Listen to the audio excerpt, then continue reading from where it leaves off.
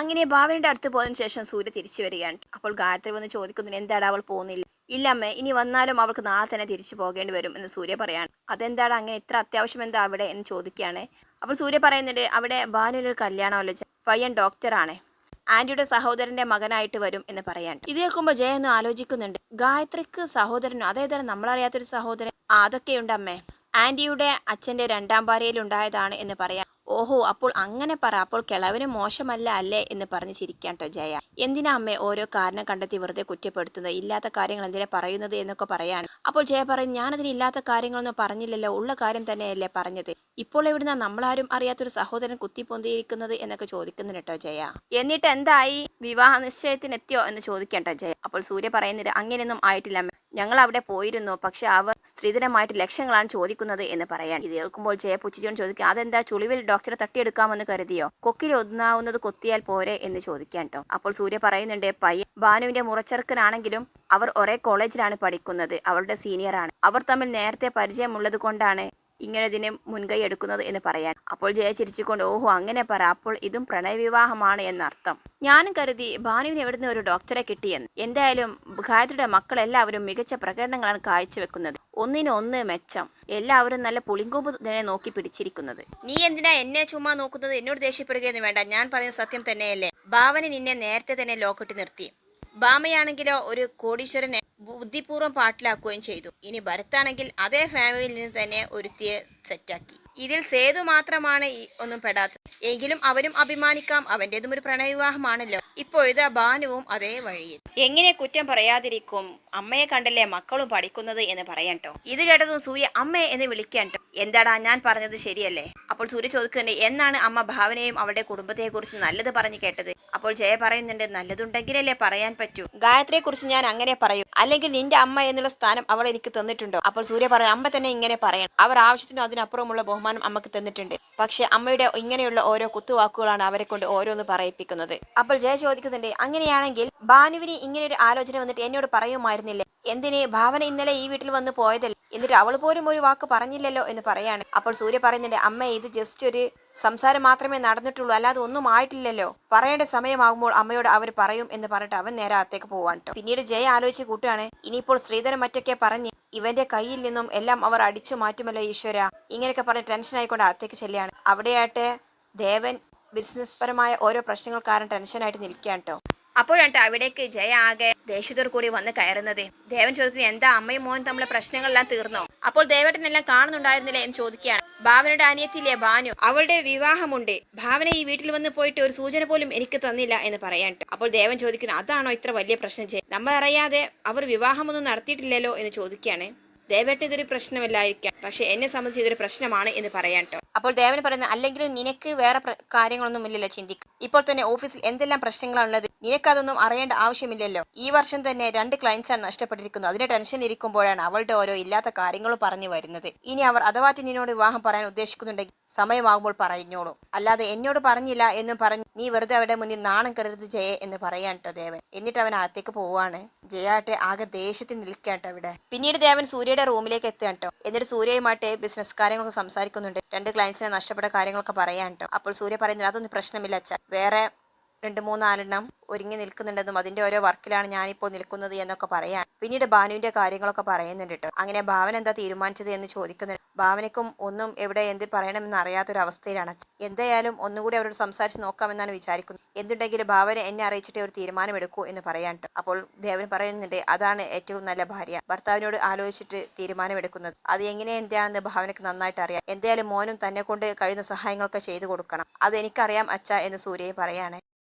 അവസാനം ദേവൻ സൂര്യയുടെ good night പറഞ്ഞ് അവിടെ നിന്ന് പോവാൻ കേട്ടോ. പിന്നീട് കാണിക്കുന്നത് ഭാവനയുടെ വീടാണ്. അവിടെ അഭിയും ഭാമയും മായയും അരുന്ധതിയും ഇരുന്ന് സംസാരിക്കാൻ കേട്ടോ. എല്ലാവരും ഒറ്റക്കെട്ടായി നിന്നാൽ നമുക്ക് കാര്യങ്ങളെല്ലാം നല്ല എളുപ്പത്തിൽ തന്നെ നടത്താൻ മായച്ചി എന്ന് പറയാൻ കേട്ടോ അഭി. അപ്പോൾ മായ പറയുന്നുണ്ട്, എങ്കിലും ആ മോഹൻ മാമൻ അമ്മയുടെ തലയിലേക്ക് ഇത്രയും വലിയ ഭാരം വെച്ച് കൊടുക്കുമെന്ന് ഞാൻ ഒരിക്കലും പ്രതീക്ഷിച്ചില്ല. പക്ഷെ ഇപ്പോൾ അഭിയുടെയും സൂര്യയുടെ ഒക്കെ സംസാരം കേൾക്കുമ്പോഴാണ് ഏക ആശ്വാസം എന്ന് പറയാണ്. അപ്പോൾ അഭി പറയുന്നുണ്ട്, ഞാനും സൂര്യേട്ടനും ഒന്നും ഇല്ലാത്തവരല്ലല്ലോ, ഈ ഭാമയുടെ കാര്യമായാലും ഈ കുടുംബത്തിലെ മറ്റാരുടെ കാര്യമായാലും എന്നെ കൊണ്ട് കഴിയാവുന്ന സഹായങ്ങൾ ഞാൻ ചെയ്യും. അപ്പോൾ അരുന്ധതി പറയുന്നാണ്ട്, ആവശ്യത്തിനും അതിനപ്പുറവുമുള്ള സ്വത്ത് ഞങ്ങൾക്കുണ്ട്, അത് വെറുതെ കെട്ടിപ്പിടിച്ചാൽ ഇരിക്കാനല്ലതല്ലല്ലോ, ഞാനും അഭിയേട്ടനും അത് എങ്ങനെ ഉപയോഗിക്കാൻ തയ്യാറാണ് എന്ന് പറയാൻ കേട്ടോ. അപ്പോൾ മായ ചോദിക്കുന്നുണ്ട്, എങ്കിൽ നമുക്ക് ഈ കാര്യങ്ങളൊക്കെ ഭാവനയുമായിട്ട് സംസാരിച്ചാലും. എങ്കിൽ സേതുവേട്ടനെയും ഭരത്തിനെയും വിളിക്കാം എന്ന് പറയാൻ ട്ടോ അബി.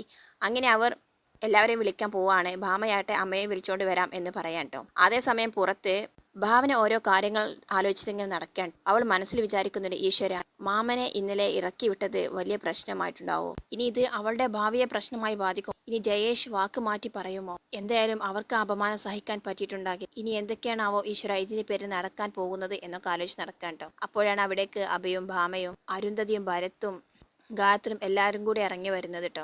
എന്താ എല്ലാവരും കൂടി എന്ന് ചോദിക്കണ്ട ഭാവന. അപ്പോൾ മായ പറയുന്നുണ്ട്, ഭാവന, ഞങ്ങൾ ഭാനുവിന്റെ വിവാഹത്തെക്കുറിച്ച് സംസാരിക്കുകയായിരുന്നു. അപ്പോൾ അഭയും പറയുന്നുണ്ട്, അതെ ഭാവനേച്ചി, എന്തായാലും നമ്മൾ ഭാനുവിന്റെ വിവാഹം നടത്താൻ തീരുമാനിച്ചു. ഇനി എന്തിനാ അതിത്ര വൈകിപ്പിക്കുന്നത് എന്ന് പറയാണ്. അങ്ങനെ ഭരത് പറയുന്നുണ്ട്, ചേച്ചി സൂര്യേട്ടനെ ഒന്ന് വിളി, എന്നിട്ട് ലൗഡിലിട്, നമുക്ക് സൂര്യേട്ടനുമായിട്ട് സംസാരിക്കാം. അങ്ങനെ സൂര്യയെ വിളിക്കുകയാണ് ഭാവന. എന്നിട്ട് ലൗഡിലിടാൻ ട്ടോ. അപ്പോൾ അഭി പറയുന്നുണ്ട്, സൂര്യേട്ടാ, ഞങ്ങൾ ചില കാര്യങ്ങളൊക്കെ തീരുമാനിച്ചിട്ടുണ്ട്. എല്ലാം ഏട്ടനും ഓക്കെ ആണെങ്കിൽ നാളെ തന്നെ സൂര്യേട്ടനും ഭാവനച്ചിയും പോയിട്ട് ജയേഷിന്റെ വീട്ടിൽ സംസാരിക്കണം എന്ന് പറയാൻ. അങ്ങനെ അവരുടെ പ്ലാനുകളെല്ലാം അവർ സൂര്യയുമായിട്ട് പങ്കുവെക്കുകയാണ്. എല്ലാത്തിനും ഒടുവിൽ ഭാവന ചോദിക്കുന്നുണ്ട്, എങ്ങനെയുണ്ട് സൂര്യ, ഓക്കെ ആണോ കാര്യങ്ങൾ എന്ന് ചോദിക്കുകയാണ്. അപ്പോൾ സൂര്യ പറയുന്നുണ്ട്, ഓക്കെയാണ് ഭാവന, ഇത് തന്നെയല്ലേ നമ്മൾ രണ്ടുപേരും നേരത്തെ പ്ലാൻ ചെയ്തത്. അങ്ങനെയാണെങ്കിൽ നിങ്ങൾ എല്ലാ കാര്യങ്ങളും മുന്നോട്ട് വെച്ചോ, ബാക്കിയൊക്കെ നമുക്ക് വരും പോലെ തീരുമാനിക്കാം എന്ന് പറയാം. അങ്ങനെ ഭാവന ഓക്കെ എന്ന് പറഞ്ഞ് ഫോൺ വെക്കാൻ ട്ടോ. പിന്നീട് എല്ലാം കേട്ടുകൊണ്ട് ഭാനുവും ബാക്കിൽ നിൽപ്പുണ്ടായിരുന്നു. അപ്പോൾ മായ പറയുന്നത്, ഭാനു ഇവിടെ ഉണ്ടല്ലോ എന്ന് പറയാൻ. അങ്ങനെ ഭരത്ത് പോയിട്ട് ഭാനുവിനെയും കൂട്ടിക്കൊണ്ട് വരികയാണ്. എന്നിട്ട് അവളോട് പറയുന്നുണ്ട്, ഇനി നീ ഒന്നുകൊണ്ട് പേടിക്കണ്ട, നിന്റെ കല്യാണം അങ്ങ് നടത്താൻ ഞങ്ങൾ എല്ലാവരും കൂടി തീരുമാനിച്ചു എന്ന് പറയാൻ. അങ്ങനെ അവിടെ ആകെ ചിരിയും കളിയും സന്തോഷവും ബഹളവുമായി നിൽക്കാൻ ട്ടോ. പക്ഷെ ഭാവന്റെ മുഖത്ത് അത്ര ചിരിയൊന്നും കാണുന്നില്ല. അവരുടെ ഉള്ളിൽ ടെൻഷനായിരുന്നു. അങ്ങനെ എല്ലാവരെയും കൂട്ടി അകത്തേക്ക് പോവാൻ. റൂമിലെത്തിയതിനു ശേഷം ഭാവന വീണ്ടും സൂര്യയെ ഫോണിൽ വിളിക്കുന്നുണ്ട്. എന്നിട്ട് ഭാവന പറയുന്നുണ്ട്, സൂര്യ, ഞാൻ ജയേഷിനെ പല തവണ വിളിച്ചു, അവൻ ഫോൺ എടുക്കുന്നില്ല. എന്നാൽ കോള് കണ്ടിട്ട് അവൻ തിരിച്ചു വിളിച്ചതുമില്ല. എന്തൊക്കെയോ ഉദ്ദേശം അവന്റെ പിന്നിലുണ്ട്. എനിക്കെന്തോ എന്തൊക്കെ പന്തിക്കേട് തോന്നുകയാണ് സൂര്യ എന്ന് പറയാൻ ട്ടോ ഭാവന. അപ്പോൾ സൂര്യയും പറയുന്നുണ്ട്, അതേ ഭാവന, എനിക്കും എന്തൊക്കെ മിസ്റ്റേക്ക് തോന്നുന്നുണ്ട്. അവനൊരു ഫ്രോഡാണെന്നാണ് എന്റെ മനസ്സിപ്പോൾ പറയുന്നത്. എങ്ങനെയായാലും 1 കോടി രൂപ കൊടുത്ത് MBBS സീറ്റ് വാങ്ങിയ അച്ഛന്റെ മകനല്ല, അതുകൊണ്ട് മോശമാകാൻ സാധ്യതയില്ല എന്ന് പറയാണ്. ഭാനു ഈ കുരുക്കിൽ പെട്ടില്ലായിരുന്നുവെങ്കിൽ കൈക്കൂലി വാങ്ങിച്ചാണ് അവൻ സീറ്റ് വാങ്ങിയത് എന്നറിഞ്ഞ ആ നിമിഷം തന്നെ ഞാൻ അവനോട് പോകാൻ പറയുമായിരുന്നു. പക്ഷെ ഇപ്പോൾ അതിന് പറ്റില്ലല്ലോ എന്ന് പറയാം. അപ്പോൾ സൂര്യൻ പറയുന്നുണ്ട്, വരട്ടെ ഭാവന, എന്തായാലും നമുക്ക് തുടക്കത്തിലായതുകൊണ്ട് തന്നെ അവനെ ശരിയാക്കാൻ പറ്റുമെന്ന പ്രതീക്ഷ എനിക്കുണ്ട്. എങ്ങനെയായാലും നമുക്ക് നാളെ കാണാം എന്ന് പറയാൻ ട്ടോ. പിന്നീട് കാണിക്കാൻ അടുത്ത ദിവസം രാവിലെയാണ്. ഭാവന അവരുടെ അച്ഛന്റെ ഫോട്ടോക്ക് മുന്നിൽ തിരി തെളിച്ച് പ്രാർത്ഥിക്കാൻ ട്ടോ. തൊട്ടിൽ പിന്നെ തന്നെ ഗായത്രിയും ഉണ്ട്. പ്രാർത്ഥന കഴിഞ്ഞ ശേഷം ഭാവന അമ്മയോട് പറയുന്നത്, അമ്മ എന്താണെന്ന് അറിയില്ല, എനിക്ക് ജയേഷിനെ ആദ്യം കാണാൻ പോകുന്ന ഒരു ഫീലാണ് ഇപ്പോൾ. അതെന്താ അങ്ങനെ എന്ന് ചോദിക്കാൻ ട്ടോ ഗായത്രി. അപ്പോൾ ഭാവന പറയുന്നുണ്ട്, എന്താണെന്ന് അറിയില്ല അമ്മേ, നമ്മൾ അവിടെ നിന്ന് വന്നതിന് ശേഷം ഞാൻ ജയേഷിനെ പലതവണ വിളിച്ചത്, അവൻ ഫോൺ എടുത്തിട്ടില്ല, തിരികെ വിളിച്ചതുമില്ല എന്ന് പറയാൻ ട്ടോ. അപ്പോൾ മായ പറയുന്നുണ്ട്, അതെന്തുകൊണ്ടായിരിക്കും ഭാവന, ഫോൺ എടുക്കാൻ മാത്രം നമ്മൾ അവരെ ഒന്നും ചെയ്തിട്ടില്ലല്ലോ. ശരിക്കും അവന്റെ സ്വഭാവം വെച്ച് നോക്കുകയാണെങ്കിൽ ഇറക്കി വിടേണ്ടതാ, പക്ഷെ ഞാൻ ക്ഷമയോട് കൂടിയിട്ട് പിടിച്ചു നിന്നതാണ് എന്നൊക്കെ ഗായത്രി പറയാണ്. അങ്ങനെ സംസാരിച്ചെടുക്കുമ്പോഴാണ് ട്ടോ സൂര്യ വരുന്നത്. അങ്ങനെ ഭാവനയെ വന്ന് അവൻ വിളിക്കുകയാണ്. അപ്പോൾ ഗായത്രി പറയുന്നുണ്ട്, എന്തായാലും മക്കൾ ചെല്ലും, എന്നിട്ട് ജയേഷുമായിട്ട് കാര്യങ്ങളൊക്കെ നല്ല രീതിയിൽ സംസാരിച്ച് ഒരു തീരുമാനമുണ്ടാക്കി. അവന്റെ മനസ്സിലിരിപ്പ് എന്താണെന്നും അറിയാം. ഇത്രയും ദിവസം എന്തുകൊണ്ട് അവൻ ഫോൺ എടുക്കാത്തതും ഒന്ന് ചോദിച്ചാൽ അറിയാൻ സാധിക്കുമല്ലോ. എന്നിട്ട് അവനൊക്കെ നല്ല പോസിറ്റീവായിട്ട് ഒരു മറുപടിയാണ് എങ്കിൽ നിങ്ങൾ മോഹനുമായിട്ട് സംസാരിക്കണം. എന്നിട്ട് അവർ ചോദിച്ച ആ പണവും വീടും ആ കാര്യത്തിലൊക്കെ എന്തെങ്കിലും ഇളവ് വരുത്താൻ പറ്റുമോ എന്നൊക്കെ നമുക്ക് സംസാരിക്കാം എന്നൊക്കെ പറയാൻ ട്ടോ. അങ്ങനെ അവരെല്ലാം ഓക്കെ പറഞ്ഞിട്ട് വണ്ടിയിൽ കയറി യാത്രയാവുകയാണ്. പോകുന്ന വഴിയെ അവർ ജയേഷിനെ വിളിക്കുന്നുണ്ട് കേട്ടോ. ആ സമയത്ത് മാത്രം എന്തോ ഭാഗ്യം കൊണ്ട് ജയേഷ് ഫോൺ എടുക്കുകയാണ്. അങ്ങനെ ജയേഷിനെ പുറത്ത് വെച്ച് കാണണമെന്നും വീട്ടിലേക്ക് ജയേഷുമായി സംസാരിച്ച ശേഷമാണ് വരുന്നത് എന്നൊക്കെ പറയാൻ ട്ടോ ഭാവന. അങ്ങനെ ഭാവനച്ചി എവിടെയാണ് വരേണ്ടത് എന്ന് ചോദിക്കുക. അങ്ങനെ പാർക്കിൽ പറയാൻ ട്ടോ. ആ സ്ഥലത്ത് അവൻ എത്താമെന്ന് സമ്മതിക്കാൻ ട്ടോ. പക്ഷെ അവന്റെ സംസാരത്തിലേക്ക് ഒരു താല്പര്യമില്ലായ്മ, ഒരു പുച്ഛഭാവമൊക്കെ തനിക്ക് ഫീൽ ചെയ്തിട്ടുണ്ടെന്ന് ഭാവന സൂര്യയോട് പറയാൻ ട്ടോ. അപ്പോൾ സൂര്യ പറയുന്നുണ്ട്, ഞാൻ പറഞ്ഞില്ലേ ഭാവൻ, എനിക്കും അവന് ഫ്രോഡായിട്ട് തന്നെയാണ് തോന്നുന്നത്. എന്തായാലും നമുക്ക് അവനെ നേരിട്ട് കാണുമല്ലോ, അപ്പോൾ സംസാരിക്കാം എന്ന് പറയാൻ. അതേസമയം സേതു വിജയപത്മനെ കാണാൻ വേണ്ടിയിട്ട് എത്തുന്നുണ്ട് കേട്ടോ. എന്നിട്ട് അവരെല്ലാവരും ചേർന്ന് ഇന്നലെ എടുത്ത തീരുമാനങ്ങളൊക്കെ വിജയപത്മനെ അറിയിക്കുകയാണ്. ഭാനുവിന്റെ ഭാഗ്യം കൊണ്ടാണെന്ന് അറിയില്ല വല്യച്ച, അബിക്കും സൂര്യക്കും എല്ലാം ഈ വിവാഹം നടത്തി കൊടുക്കണം എന്ന് തന്നെയാണ് താല്പര്യം. എല്ലാവരും ഒറ്റക്കെട്ടായി നിന്നാൽ നമുക്ക് ഒരു ബുദ്ധിമുട്ടുമില്ലാതെ നിഷ്പ്രയാസം ഈ വിവാഹം നടത്തി കൊടുക്കാം. അവർ ചോദിച്ച സ്ത്രീധനവും പണവും എല്ലാം ഉണ്ടാക്കാം എന്നൊക്കെയാണ് എല്ലാവരും കൂടി ചേർന്ന് പറഞ്ഞിരിക്കുന്നത്. എല്ലാവരുടെയും ആ ഉത്തരവ് കാണുമ്പോൾ എനിക്കും എന്തെന്നില്ലാത്ത ഒരു കോൺഫിഡൻസ് ആണ് എന്നൊക്കെ സേതു പറയാൻ കേട്ടോ. അപ്പോൾ വിജയപത്മന് പറയുന്നുണ്ട്, അങ്ങനെ വേണം സേതു, കുടുംബമായാൽ നിങ്ങൾ സഹോദരങ്ങൾ എല്ലാവരും ഒത്തുചേർന്നിട്ട് വേണം ഒരു തീരുമാനമെടുക്കാൻ, എന്നല്ലാതെ ഭാവനയുടെ തലവിൽ എല്ലാ ഭാരവും കൂടി എത്തിച്ചു കൊടുക്കരുത്. അത് അവൾക്ക് താങ്ങാനാവില്ല.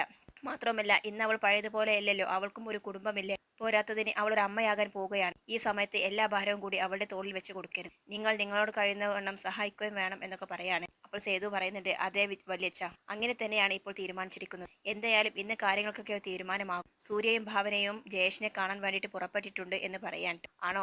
എങ്കിൽ അത് നല്ല കാര്യം എന്നൊക്കെ പറയാണ്ട് വിജയപത്നി. ഓരോരുത്തർക്കും ദൈവം നേരത്തെ തന്നെ ഓരോരുത്തരെ തീരുമാനിച്ചിട്ടുണ്ടാവും. ഭാനുവിന്റെ കാര്യത്തിൽ അത് അവന്റെ സ്വന്തം മുറച്ചെറുക്കനെ തന്നെയാണ് തീരുമാനിച്ചത് എങ്കിൽ അതുകൊണ്ടേ ആയിരിക്കും അവൾക്ക് കോളേജിൽ വെച്ച് അവനെ പരിചയപ്പെടാനും അവർ തമ്മിൽ ഇഷ്ടപ്പെടാനും കാരണം. പിന്നീട് മോഹനൻ ഇത്രയും കാലം തെറ്റിപ്പിരിഞ്ഞു നിന്ന് അവൻ ചേച്ചിയെ കാണാനും ബന്ധം പുതുക്കാനൊക്കെ വന്നത് ഒരുപക്ഷെ ഈശ്വര നിശ്ചയമായിരിക്കാം എന്നൊക്കെ പറയാണ്. അതേ വല്ലിച്ച, എല്ലാം ഈശ്വര നിശ്ചയം തന്നെ എന്ന് സേതുവും പറയാൻ കേട്ടോ. പിന്നീട് കാണിക്കുന്നത് സൂര്യയും ഭാവനയും ജയേഷിനോട് പറഞ്ഞ സ്ഥലത്ത് എത്തിയിട്ടുണ്ട് കേട്ടോ. അവർ ജയേഷിനെ കാണുന്നില്ലല്ലോ, ഇനി അവൻ നമ്മളെ പറ്റിക്കായിരിക്കും, അവൻ വരില്ലേ എന്നൊക്കെ സംശയം ഭാവന പ്രകടിപ്പിക്കുകയാണ്. അപ്പോൾ സൂര്യ പറയുന്നുണ്ട്, എന്തായാലും അവൻ ഇങ്ങോട്ടേക്ക് പറഞ്ഞതിൽ അങ്ങനെ ആയ സ്ഥിതിക്ക് അവൻ വരാതിരിക്കും, നമുക്ക് കുറച്ച് സമയം കൂടി വെയിറ്റ് ചെയ്യാം എന്ന് പറയാണ്. അപ്പോഴാണ് കേട്ടോ ജയേഷ് അവിടെ എത്തുന്നത്.